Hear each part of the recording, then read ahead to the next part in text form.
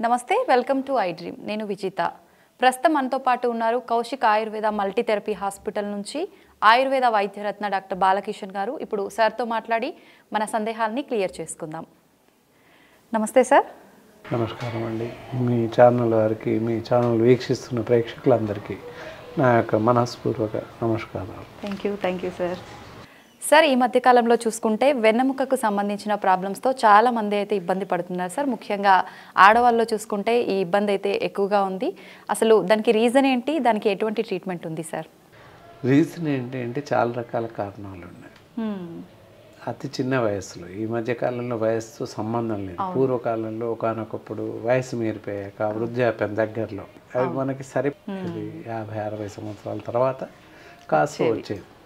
అప్పుడు కూడా చాలా తక్కువ అసలు. అందుకే చెప్తారు పాత తరంలో ఎలాంటి జబ్బులు లేవు, అవి మనకి సరి ఈవెన్ ఏ లేవని చెప్పేవాళ్ళు. కారణం ఏంటి అంటే అప్పుడు సరైన పద్ధతిలో మనం పని చేసుకున్నారు. వాళ్ళు సరైన పద్ధతిలో భోజనాలు చేశారు, సరైన పద్ధతిలో నిద్రించారు. ఓకే. ఇక్కడ అన్నీ కూడా విరుద్ధంగానే ఉన్నాయి. మనం జీవిస్తున్న జీవన శైలి అవ్వచ్చు, జీవించే విధానం, అలాగే తీసుకున్న ఆహారపు అలవాట్లు, అవి మనకి ఇవన్నీ కూడా సరిగా లేవని చెప్పాలి తప్పకుండా. ఓకే. ఫస్ట్ ఇనిషియల్ స్టేజ్లో చేసుకున్నట్లయితే తల వెనక భాగం నుంచి కింద నడుము వరకు, అంటే చివరి వరకు వెన్నుపూసు ఉంటుంది మనకి. అవి మనకి దాన్నే స్పైన్ అంటాం, స్పైనల్ కార్డ్. సో ఎందుకు వస్తుంది? మరీ చిన్న పిల్లల్లో కూడా అవి మనకి మధ్య వయసులో 20 ఏళ్ళు 30 ఏళ్ళు నిండని పిల్లలకు కూడా 30+ క్రాస్ అయ్యారంటే కంపల్సరీ బ్యాక్ పెయిన్స్ అలా వస్తున్నాయి. కారణాలు ఏంటి అని చెప్పుకున్నట్లయితే అతి చిన్నతనంలో మనకి చైల్డ్హుడ్ ఏజ్లో ఓకే వాళ్ళకి అత్యంత బరువులు, వయసుకు మించిన బరువుని మోపిస్తున్నాం. వెనక భుజాల పైన స్కూల్ బ్యాగ్ వేసేసుకుంటారు. వాడి వయసు 7 ఇయర్స్ ఉండదు, 10 కిలోల బరువు వేస్తారు వాడి పైన. ఈ చేతిలో ఇంకొక బ్యాగ్, లంచ్ బాక్స్, దాంతో మోస్తూ 5th 6th ఫ్లోర్ వరకు వెళ్ళిపోతారు పిల్లలు. సో అది మేజర్ కారణం. భుజాల పైన బరువు వేస్తారు కనుక థొరాసిక్ స్పాన్ పెయిన్ రావడానికి ప్రథమ కారణం అది. ఓకే. దాంతోపాటుగా మనం సరిపెట్టేటువంటి పోషక విలువలు కలిగినటువంటి ఆహారం ఇవ్వట్లేదు మనకి ప్రథమంగా చెప్పుకోవాలి. ఓకే. ఇప్పుడున్న పరిస్థితుల్లో సమయాభావం అవ్వచ్చు, ఇంకా ఏదైనా స్ట్రెస్ అవ్వచ్చు, అందరూ సమయం లభించలేదు అనే చెప్తారు. అవి మనకి సమయం లభించలేదు అంటే మనం కూర్చుకుంటే సమయం వస్తుంది, లేదంటే లేదు. ఓకే. ఏదో ఒక విధంగా టైం స్పెండ్ చేసుకొని సరైనటువంటి ఆహారం ఇవ్వడం ఎంతైనా అవసరం. ఓకే. మినిమం పిల్లలకి రోజు ఉదయం 1 కప్ పాలు ఇవ్వగలిగితే చాలు. So it gives so many minerals, so many potency. Okay. చాలా శక్తిని కలిగిస్తుంది. పాలల్లో అన్ని రకాల పోషక విలువలు ఉంటాయి, including with calcium, iron, folic acid, everything will be there in milk. కానీ ఇప్పుడు చూసుకుంటే మిల్క్ కూడా అంత కరెక్ట్గా లేదు. అయినప్పటికీ కొన్ని బాగున్నాయి, కొన్ని ఏంటంటే కొన్ని బ్రాండ్స్ బాగున్నాయి, లేవు అని చెప్పచ్చు. ఒక్కొక్క కంపెనీకి అడిక్ట్ అయిపోయాము.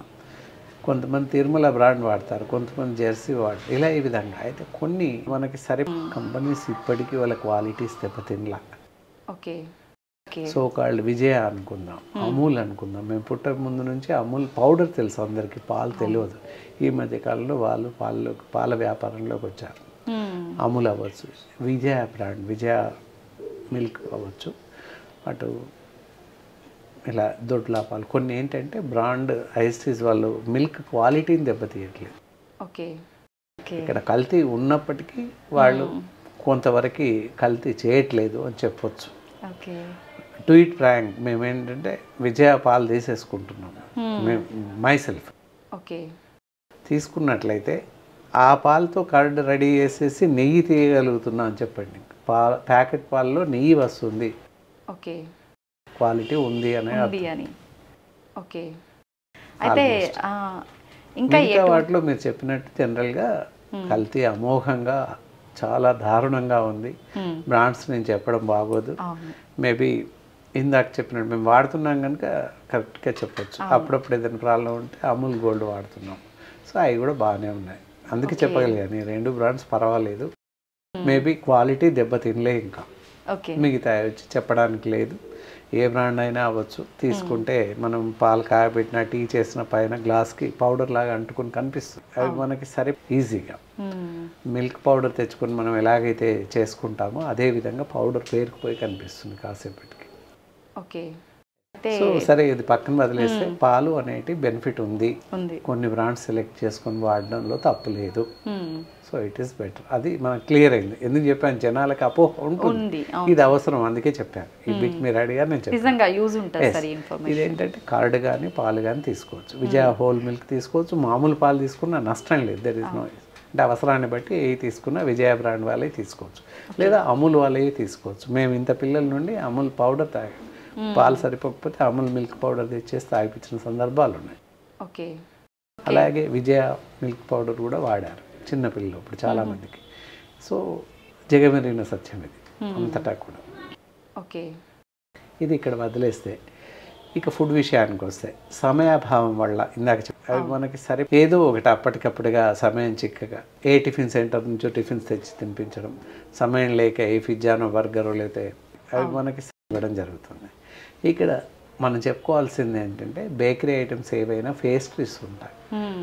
సో మగ్గబెట్టినటువంటి క్రీమ్స్ ఉంటాయి, దానివల్ల ఈస్ట్ ఉంటుంది, దాంతో బ్యాక్టీరియా ఎక్కువ ఫామ్ అవుతుంది. ఓకే. సో అందువల్ల బేకరీ ఐటమ్స్ ఏ పరిస్థితిలో తినకూడదు. అలాగే టిఫిన్స్ కూడా, టిఫిన్స్ వెరీ గుడ్, పర్లేదు తీసుకోవచ్చు, బయట చేసినా తినొచ్చు. కానీ ఎప్పుడైతే మనం పార్సల్స్ ఇంటికి తెస్తామో అప్పుడు విషతుల్యం అవుతాయి. ఎందువల్ల అంటే those peoples will be give ప్యాతులు. ఎలా అంటే ఉల్లిపొర కన్నా ఉల్లిపొర సన్నగా ఉంటుంది మామూలుగా అంతకన్నా సన్నగా ఉన్నటువంటి ప్లాస్టిక్ కవర్స్లో ఫుడ్ ప్యాక్ చేసి ఇస్తున్నారు. ముందు సాంబార్ అవ్వచ్చు, కర్రీ అవ్వచ్చు, అవన్నీ హాట్ వేడిగా ఉంటాయి. అండ్ టిఫిన్ ఇప్పుడు ఇడ్లీ అయినా వడ అయినా పూరి అయినా వేడిగా కోరుకుంటాం, వేడిగా ఇస్తారు. ఆ వేడి వల్ల ఏంటంటే పాలిసిస్టిన్ క్రిస్టల్స్, ప్లాస్టిక్ మెటీరియల్ అంతా ఫుడ్లోకి చేరిపోతుంది అప్పటికి. ఓకే. మనం తీసుకునేది ఆహారం కాదు, విషయం అని చెప్పాలి, విషయమే అని చెప్పాలి తప్పకుండా. సో ఇంట్లో కూడా చిన్న చిన్న ఫంక్షన్స్ అయినా లేకపోతే ఇంకా చేతగాక ఎందుకులే అని ఈ రోజుల్లో disposable tiffin plates, meals plates వాడుతున్నాం, పేపర్ ప్లేట్స్. ఆ పేపర్ ప్లేట్స్ పైన సన్నటి ప్లాస్టిక్ లేయర్ ఉంటుంది చూడండి, గమని. ఓకే. సో అదంతా కూడా మనం తింటున్నప్పుడు ఆహారంతో పాటు పొట్టలోకి వెళ్ళిపోతుంది. దానివల్ల ఒక వెన్నునొప్పే కాదు, సకల రోగాలు, సకల వ్యాధులు రావడానికి అవకాశం మెండుగా ఉంది. ఓకే. క్యాన్సర్స్ అవ్వచ్చు, intestinal disorders, intestinal polyps, cancers ఇలా వచ్చే అవకాశం ఉంది. సో దట్ ఇప్పుడు అర్థమైంది ఏంటి, ఇలాంటి ప్లేట్స్ వాడకూడదు, బయట నుంచి టిఫిన్స్, ముఖ్యంగా బయట ఆహారం తీసుకోకూడదు, తినకూడదు అసలు. ఇంట్లో తయారు చేసుకొని తినాలి. ఇంత అన్నం తింటే చాలు, పొద్దున పెరుగు అన్నం తింటే చాలు, పిల్లలకి ఇంత అన్నం పెట్టి పంపిస్తే చాలు. టిఫిన్ చేసే ఓపిక లేకపోతే ఇఫ్ నాట్ చేసుకోవచ్చు, అది బెస్ట్. ఇక్కడ అర్థమైంది ఇది ఇప్పుడు ఎంత పోషక విలువలు మనం నష్టపోతున్నాం, పిల్లలకి కూడా చాలా నష్టం కలుగుతుంది. విధి లేక ఏదో అన్నం మామూలు చట్నీ, ఇంట్లో చట్నీ కలిపి పెట్టినా పర్వాలేదు, పిల్లలకు ఉపయోగం, పెరుగు కట్టి పెట్టినా పర్లేదు, కానీ ఇలాంటి ఆహారం తినిపించకూడదు, ఇవ్వకూడదు. Evening snacks both husband and wife ఇప్పుడున్న పరిస్థితుల్లో వెళ్ళదు, ఎకనామిక్ పొజిషన్ కష్టం, ఆయాల మీద వదిలేయడం లేదు, పిల్లలకి 20 రూపాయలు ఇచ్చేసి నువ్వు ఏదైనా కొనుక్కో, వాళ్ళు ఆలు చిప్స్ లేదా కురుకురేలు తింటున్నారు. కురుకురేలలో ప్లాస్టిక్ క్రిస్టల్స్ కలుస్తున్నాయి, కాలిస్తే జిగటగా బంకలాగా తయారవుతుంది. సో ఇలా చాలా ఉన్నాయి, బోల్డన్ని ఎగ్జామినేషన్స్, బోల్డన్ని రీసెర్చెస్ జరిగాయి వీటి మీద, ఫుడ్ పైన. ఆలు చిప్స్ తినడం వల్ల కూడా క్యాన్సర్ వస్తుంది. ఆలు చిప్స్ తినకూడదు, ఆలు కర్రీ తినొచ్చు, ఆలు చిప్స్ తినకూడదు. ఇవన్నీ ప్రాసెసింగ్ అయినవి అవాయిడ్ చేయాలి. Packed food should not eat, packaged food, water కూడా, ప్యాకేజ్డ్ డ్రింకింగ్ వాటర్ కూడా తాగకూడదు. ఓకే. సో ఈ మధ్య కాలంలోనే నీటిపైన రీసెర్చ్ జరిగింది. ఏంటంటే ఆ నీళ్లు తాగడం వల్ల గుండె జబ్బులు వస్తున్నాయి, లంగ్స్ డిసీజెస్ వస్తున్నాయి, పెరాలిసిస్, స్ట్రోక్స్ ఎఫెక్ట్ అవుతుంది. ఓకే. ఇవన్నీ కారణాలు ఉన్నాడు, ప్రతిదానికి ఇవన్నీ ఇంటర్ఫియర్ అవుతాయి. ఎంతెందుకు చెప్తున్నామంటే ఈ చెప్పడం వల్ల కొన్ని జాగ్రత్తలు కొంతమంది అయినా మెసేజ్ వెళ్ళి పాటించే అవకాశం ఉంది. ప్రతిదీ అవసరమే, కొంత టచ్ చేసినా తప్పనిసరి అవసరమే. మరి ఏం నీళ్ళు తాగాలి అని, బోర్ నీళ్ళు తాగండి, లేదా municipal tap water, seigniorage water తాగండి. మున్సిపల్ వాటర్ బాగా రావట్లేదు అని చెప్తాం, ఎప్పుడో 6 నెలలకు ఏడాదికి ఒకసారి ఏదైనా పైప్ లైన్ బ్రేక్ అయితే వస్తాయి. Otherwise Rao. Everyday water should be under examination of geologist. తప్పకుండా నీటి సాంద్రత పరీక్ష చేశాక నీళ్లు మనం తాగడానికి వదిలేస్తారు. అప్పటిదాకా నీళ్ళు సప్లై కావు. అది ఎవరికి తెలియదు అసలు. ఎవ్రీడే జియాలజిస్ట్ రిజర్వాయర్ దగ్గర ఉంటాడు. ప్రతి రిజర్వాయర్ దగ్గర, ప్రతి సప్లై వాటర్ ట్యాంక్స్ ఉంటాయి కదా, అక్కడ ఉంటారు. ఓకే. అయితే మనకు వన్స్ తెలుసో తెలియకో మనం జీవన శైలి ఈ విధంగా ఉండటం వల్ల ఏవో ఒక డిసీజ్ అయితే వచ్చేసింది అనుకోండి సార్, అసలు మనం ఫుడ్ వైజ్గా అప్పుడు ఎలాంటి కేర్ తీసుకోవాల్సి ఉంటుంది? చాలా మంచి ప్రశ్న వేసి. ఇందాక చెప్పిన ఫుడ్స్ అన్ని అవాయిడ్ చేయాలి. ఫస్ట్ ఇప్పుడు చెప్పిన ఏవైతే ఉన్నా బయట ఆహారం మానేయాలి. Packaged food and as well as package drinking water. ఇంకా ఒక తప్పు, చాలామంది దాహం వేసి ఆ తక్షణ శక్తి అంటే ఎక్స్ట్రా ఎనర్జీ వస్తుందని చెప్పేసి కొబ్బరి బోండా వాటర్ తాగుతూ ఉంటారు. నారియల్ వాటర్ తాగకూడదు. It is a very poisonous కండిషన్స్లో ఉన్నాయి. ఓకే. కొబ్బరి బోండాకి డైరెక్ట్ ఇంజెక్ట్ చేస్తున్నారు. Some medicine will be there in injector. Municipal చెక్లో బయటపడింది, పేపర్లో పెద్ద ఆర్టికల్ వచ్చింది. సో వాళ్ళు ఏం కలుపుతున్నారు ఏంటి మనకు అక్కర్లేదు, ఏమవుతుంది మనకు అక్కర్లేదు. సో ఏదో కలుపుతున్నారు అంటే మేబీ హ్యావ్ సమ్ పాయిజనస్ విషయం ఏదో ఒకటి కలుస్తుంది, కలుషితం అవుతుంది అని అర్థమవుతుంది. మనం చేయగలిగింది ఏంటి? Should be avoid. తాగకూడదు, అవాయిడ్ ఇట్. ఓకే. దానికి బదులుగా మామూలు వాటర్ తాగండి, మజ్జిగ తాగండి, ఇంకేదైనా తాగండి. కూల్ డ్రింక్స్ మానేయాలి తప్పకుండా. Total cool drinks should be avoid. అందుకే ప్యాకేజ్డ్ ఏవి ఎలాంటి కూల్ డ్రింక్స్ తాగకూడదు, చాలా ప్రమాదం అన్నమాట. అందుకని అవి మానేస్తే మనం సేఫ్గా ఉంటాం. కూల్ డ్రింక్స్ అవాయిడ్ చేస్తే ఎలా? నిమ్మరసం తాగండి, మ్యాంగోస్ తినండి, పళ్ళు తినండి, పళ్ళ రసాలు తాగండి. ఫ్రూట్ సైడ్ వచ్చేస్తే cool drinks nothing but flavour of fruits అంతే. వాటి తాలూకు ఫ్లేమ్ పౌడర్ ఇచ్చేసి నీళ్ళు శర్కర కలిపి కూల్ డ్రింక్స్ తయారు చేస్తారు. అందుకని ఎలాంటి కూల్ డ్రింక్స్ తాగకూడదు ఇక్కడ. ఓకే. ఫుడ్ ఫినామినా దాదాపు అన్ని డిసీజెస్కి ఇలాగే ఉంటుంది, తేడా లేదు. అక్కడ చెప్పిన ఇవన్నీ ఉంటాయి. కాబట్టి ఇలా ఫుడ్ రెస్ట్రిక్షన్స్ పాటిస్తూ మంచి ఆహారం. మంచి ఆహారం అంటే ఏంటి? ఎప్పటికప్పుడుగా ఏ పూటకు ఆ పూటకు తయారు చేసుకున్న ఆహారం తీసుకోవడం. ఫ్రిడ్జ్లో నిల్వ చేసిన ఆహారం తినకూడదు. ఇది బాగా గుర్తుపెట్టుకోవాలి. కూరగాయలన్నీ మనం తెచ్చి ఫ్రిడ్జ్లో పడేస్తాం. దానివల్ల బ్యాక్టీరియా సమృద్ధిగా పెరుగుతుంది. ఎందుకంటే వాటిని వాష్ చేయకుండా అలాగేస్తే ఆకుకూరలు అయితే వేళ్ళకి మట్టి ఉంటుంది. ఆ మట్టితో ఇంకా బ్యాక్టీరియా ఇంప్రూవ్ అవుతుంది, చెప్పలేని జబ్బులు వస్తాయి. ఓకే. అయితే వెన్నెముకకు సంబంధించి ఇట్లాంటి జబ్బులు ఏమైనా వచ్చినప్పుడు ఆయుర్వేదం సైడ్ నుంచి తీసుకుంటే ట్రీట్మెంట్ ఎలా ఉంటుంది సార్? ఫస్ట్ ఏంటంటే వాళ్ళకి comfortable bed, flat bed arrange చేసుకోవాలి. వెన్నుపూసకు సంబంధించిన నొప్పి వచ్చాకైనా రాకుండా ఉండటానికి కూడా ఫ్లాట్ బెడ్ అరేంజ్ చేసుకోవాలి. ఓకే. మరీ హార్డ్గా ఉండద్దు, అలా అని పూర్తి మెత్తగా ఉండకూడదు. Sponge bed should not advisable కాదు. మామూలుగా ఇంతకుముందు కాటన్ బెడ్స్ ఉండేవి. అవి మనకి సరిపడేంత మెత్తదనం, సరిపడేంత గట్టితనాన్ని ఇస్తాయి, అంటే ఒంటికి సరిపడేలాగా. ఇప్పుడున్న పరిస్థితిలో చూస్తే ఖైర్ స్పాంజ్ బెడ్ తీసుకుంటే కొంతవరకు ఫ్లెక్సిబిలిటీ ఉంటుంది ఈ కాలంలో. అవి వాడితే స్పైనల్ కార్డ్ డిసీజెస్ ఏవి రాకుండా కాపాడుకోవచ్చు. వచ్చాక కూడా అలాంటి బెడే వాడడం మంచిది. ఓకే. అది ఫస్ట్ జాగ్రత్త. ఇంకపోతే మూమెంట్స్ వచ్చేసి మనం ఒక దగ్గర కూర్చున్నాం, ఈ పక్క తీసుకోవాలంటే ఆ పక్క తిరిగి తీసుకోవాలి. అలా కాకుండా ఇలా వంగిపోయి చేతితో తీసుకోవడం అంతుంది, కానీ అలా తీసుకోకూడదు. Should turn that side. ఎక్కడైతే థింగ్ ఉందో ఒక వస్తువు తీసుకోవాలి, ఆ పక్కకు తిరగండి.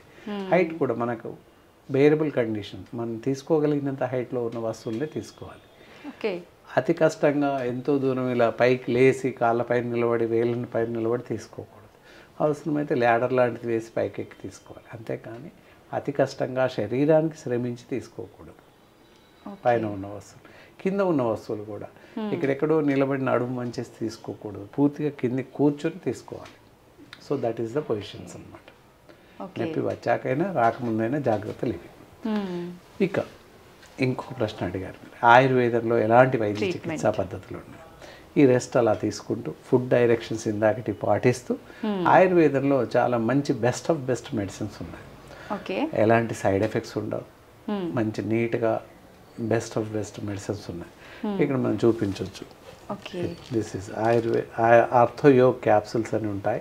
ఇవి మామూలుగా ఇవి ఉదయం సాయంత్రం ఒక్కొక్క మాత్ర వేస్తూ ఉన్నట్లయితే తప్పనిసరిగా ఈ స్పైనల్ కార్డ్ డిసీజెస్ ఏదైతే వెన్నుపూసకు సంబంధించినవి L4, L5, L6, డిస్క్ ప్రొలాప్షన్స్ అవ్వచ్చు, డిస్క్ బల్జ్ అవ్వచ్చు, ఇలాంటి ఏవైనా కూడా తగ్గిపోతాయి. అండ్ యాజ్ వెల్ యాజ్ మెడ నొప్పి అంటాం, C4, C6, C7 cervical spondylosis అని వైద్య పరిభాషలో చెప్తాం. దానికి కూడా ఈ పని చేస్తుంటాయి. ఓకే, ఇది ఒక్కటి తీసుకుంటే సరిపోతుందా సార్? ఇది ఒకటి సరిపోతుంది. దీంతో దాదాపుగా నొప్పి తగ్గిపోతుంది. ఇంకా అడ్వైస్ మరీ అవసరం అనుకున్నప్పుడు,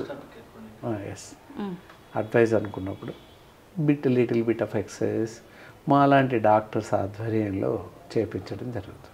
ఓకే, అయితే జనరల్గా ఆయుర్వేదం అనగానే ట్రీట్మెంట్ తీసుకునేటప్పుడు ఫుడ్కి సంబంధించి కొంచెం కేర్ తీసుకోవాలి అంటుంటారు కదా సార్, ఇప్పుడు దీంతో పాటు అట్లాంటి కేర్ ఏమైనా తీసుకోవాలా? ఒకటి ఏంటంటే నాన్ వెజిటేరియన్స్ అయినట్లయితే మటన్ తినకూడదు.